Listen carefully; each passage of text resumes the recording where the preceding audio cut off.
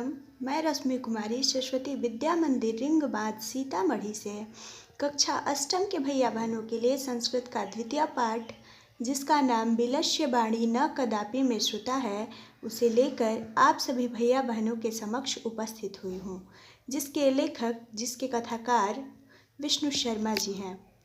अब हम लोग पाठ का जो अगला अंश पढ़ना है उसके लिए शब्दार्थों को देखते हैं। उच्यते अर्थात कहा गया है, भय संत्र अस्त मन शाम, डरे हुए मन वालों का। हस्त पदादि का हाथ पैर आदि से संबंधित। वेपथु कंपन या कांपना। भोज्यम भोजन योग्य। सहसा अचानक।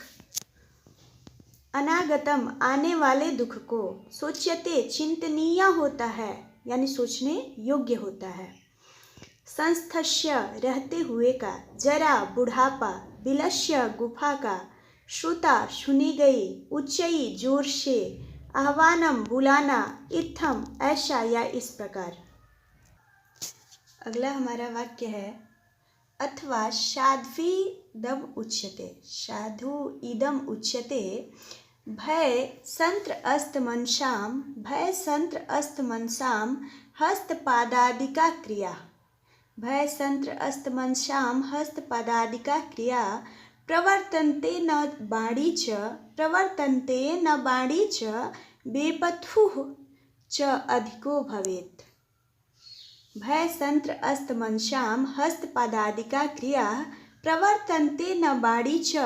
बेपथुः च अधिको भवेत्।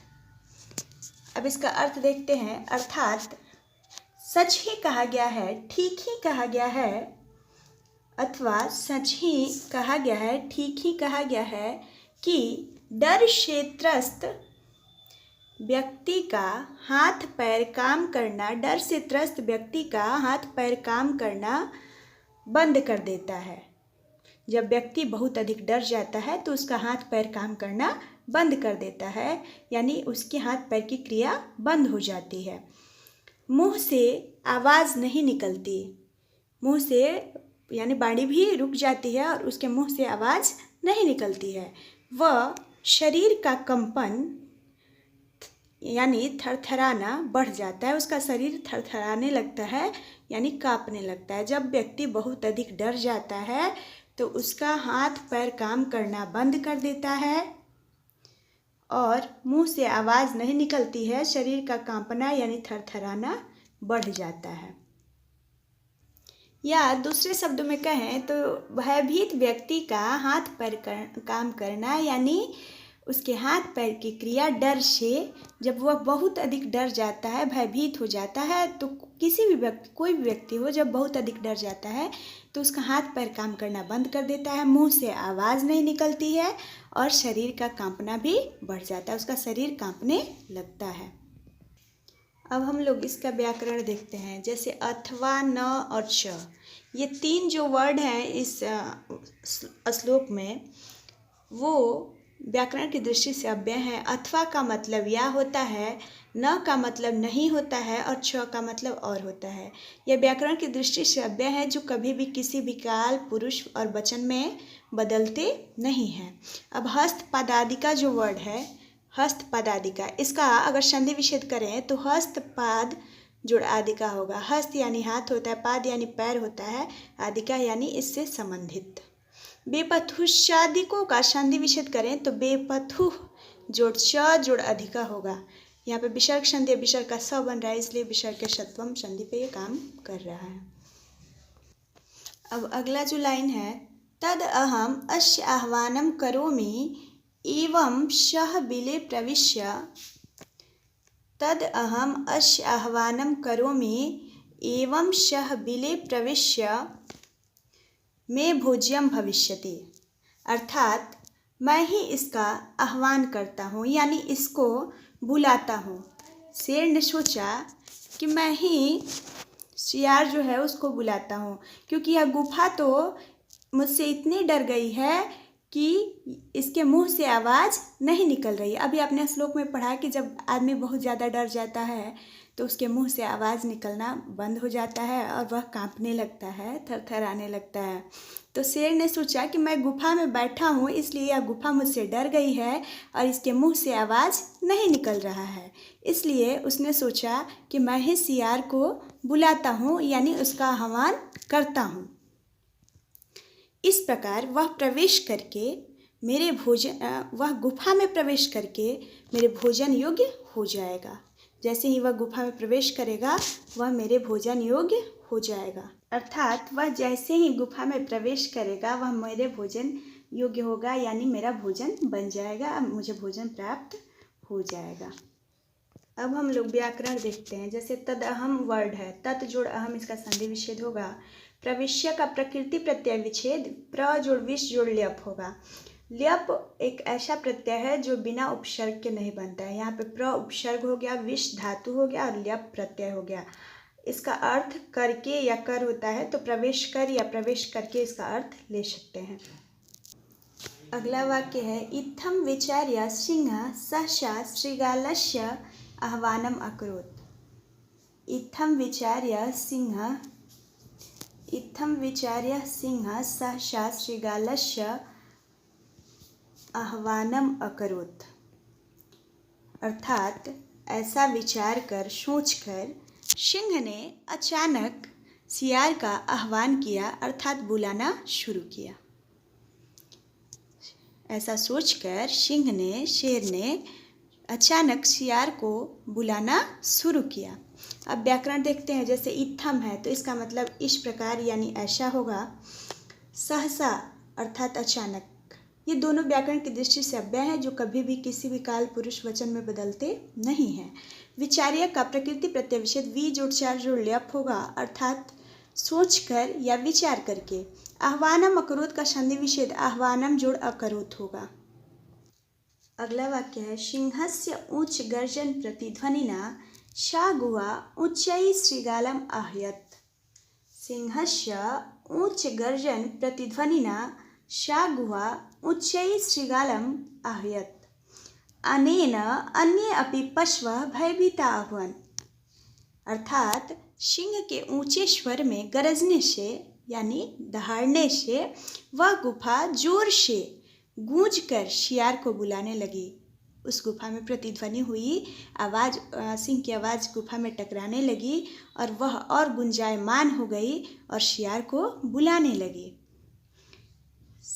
इससे दूसरे भी जानवर जो थे वो भी सिंह की इस आवाज़ से डर गए, क्योंकि गुफा में आवाज़ बहुत ही गूंज रही थी और सिंह जोर से चिल्लाकर गरजकर सियार को बुला भी रहा था। इसके कारण इस आवाज़ को सुनकर दूसरे जानवर भी डर गए। अब हम लोग व्याकरण देखते हैं। जैसे गर्जन वर्ड है तो गर्ज सत्री हो जाएगा, गरजते हुए अर्थ ले लेंगे। उच्चई अर्थात जोर से जो अव्यय है। अन्य अपि, अन्य जोड़ अपि, इसका संधि विच्छेद होगा। अगला वाक्य है श्रीगालो अपि ततः दूरम पलायमानः इमं पठत् अनागतं यः कुरुते स शोभते स शोच्यते यो न करोत्यनागतम्। श्रीगालो अपि ततः दूरं पलायमानः इमं पठत् अनागतं यः कुरुते स शोभते स शोच्यते यो न करोति अनागतम्। वने अत्र संस्थस्य समागता जरा विलस्यवाणी न कदापि मे श्रुता। श्रीगालो अपि ततः दूरं पलायमानः इमं पठत्। इसका अर्थ होगा कि उसके बाद सियार भी दूर भाग गया और इसको पढ़ने लगा। इस श्लोक को पढ़ा, सियार दूर भाग गया और इस श्लोक को पढ़ा। अनागतम यह कुरुते स शोभते, अर्थात जो आने वाले दुख का निराकरण करता है, समाधान करता है, वही शोभायमान होता है, यानी वही सुखी है। जिसके पास जो दुख आया रहता है उसका अगर वह समाधान सोच लेता है, निराकरण कर लेता है, पहले ही उसके बारे में जान लेता है और उसका समाधान कर लेता है, वह सुखी हो जाता है। अगला है स सोच्यते यो न करोति अनागतम, अर्थात परंतु जो आए हुए दुख का निराकरण नहीं करता वह चिंतनीय अर्थात दुखी होता है। वह जो अपने समस्या का समाधान जानता, दुख के बारे में जानते हुए भी उसका समाधान नहीं सोचता, वह दुखी होता है। अगला वाक्य है बने अत्र संस्थस्य समागता जरा विलस्य वाणी न कदापि में श्रुता। शेयर कहता है बने अत्र संस्थस्य समागता जरा विलस्य वाणी न कदापि में श्रुता, अर्थात यहाँ वन में रहते हुए मैं बूढ़ा होने को आया, बूढ़ा हो गया। सियार कहता है कि वन में रहते हुए मैं बूढ़ा होने को आया, यानी बूढ़ा हो गया, परंतु आज तक मैंने गुफा की आवाज़ कभी नहीं सुनी, गुफा को बोलते हुए कभी नहीं सुनी। अब हम लोग कुछ व्याकरण देखते हैं। यहाँ पे यह जो है उसका मतलब जो होता है, यह का अर्थ जो होता है। अब यहाँ पे व्याकरण देखते हैं, जैसे श्रीगालो अपि वर्ड है, उसका अगर संधि विच्छेद करें तो होगा श्रीगालह जोड़ अपि। इमम पठत का संधि विच्छेद इमम जोड़ अपठत होगा, म में हलंत हो जाएगा। करोत्या नागतम का संधि विच्छेद करोति जोड़ अनागतम, इसका संधि विच्छेद होगा। यहाँ पे यण संधि है क्योंकि य बन रहा है, ई और अ मिलके य बन रहा है। फिर अगला है समागतम, समागता, इसका अगर संधि विच्छेद देखें तो सम जोड़ आगता होगा। कदापि का संधि विच्छेद कदा जोड़ अपि होगा। श्रुता का प्रकृति प्रत्यय विच्छेद श्रु जोड़ कत जोड़ टाप होगा। गुफा स्त्रीलिंग है इसलिए यहाँ पे टाप प्रत्यय लगा है। टाप एक ऐसा प्रत्यय है जो पुल्लिंग शब्दों को स्त्रीलिंग बनाने के लिए प्रयोग किया जाता है, और टाप जहाँ पे लगाते हैं वहाँ पे आकार लग जाता है और वो स्त्रीलिंग वर्ड हो जाता है। ये गुफा यहाँ पे स्त्रीलिंग है इसलिए इसको लगाया गया है। पहले अगर यह पुल्लिंग में रहता तो रहता श्रुता, और स्त्रीलिंग में बना है तो श्रुता हो गया, टाप प्रत्यय लग गया है। अब यह कक्षा अष्टम का द्वितीय पाठ यहीं पे समाप्त होता है।